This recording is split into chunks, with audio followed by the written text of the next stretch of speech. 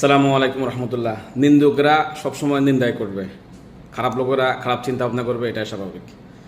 ইসলামী bank আবারও প্রমাণ করলো বাংলাদেশের প্রাইভেট ব্যাংকের মধ্যে ইসলামী ব্যাংক সেরা।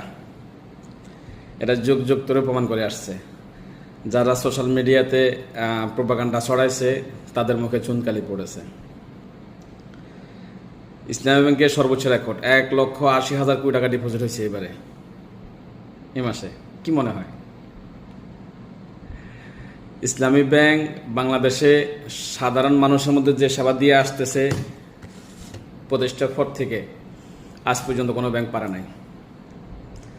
বিগত সরকার বা বিগত অনেকজনে চেষ্টা করছে ইসলামী ব্যাংককে ধ্বংস করার জন্য, পারে নাই। ইসলামী ব্যাংক সাধারণ মানুষের কাছে বিশ্বস্ত একটা ব্যাংক, বিশ্বস্ত প্রতিষ্ঠান। যুগ যুগ ধরে সেবা দিয়ে যাবে ইসলামী ব্যাংক মানুষকে বা দেশের মানুষকে, এটাই আমাদের প্রত্যাশা। আমরা এটাই চাইছি ইসলামী ব্যাংকের মধ্যে, ব্যাংকের পক্ষ থেকে। ধন্যবাদ যারা ইসলামী ব্যাংকে আস্থা রেখেছেন, বা যারা সুদ পরিহার করেন, বা লাভ তো সবাই দেয়, তো আপনি সুদ কেন খাবেন? ইসলামী ব্যাংক যদি আপনার সুদের বিপরীতে গিয়ে যদি ব্যবসা বাণিজ্যে আপনাকে লাভ অংশ দেয়, তাহলে ওটা ভালো না আপনার জন্য? তা আমাদের উচিত সুদ পরিহার করা। ব্যাংকিং সিস্টেম তো সবই আপনার একটু এদিক সেদিক, তারপরেও আপনার যেটা ভালো আপনি ওটাতে রাখবেন, ওইটাতে লেনদেন করবেন।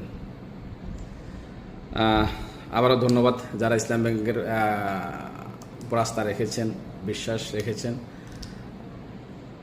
আল্লাহ হাফেজ, ভালো থাকবেন। আসসালামু আলাইকুম রহমতুল্লাহ।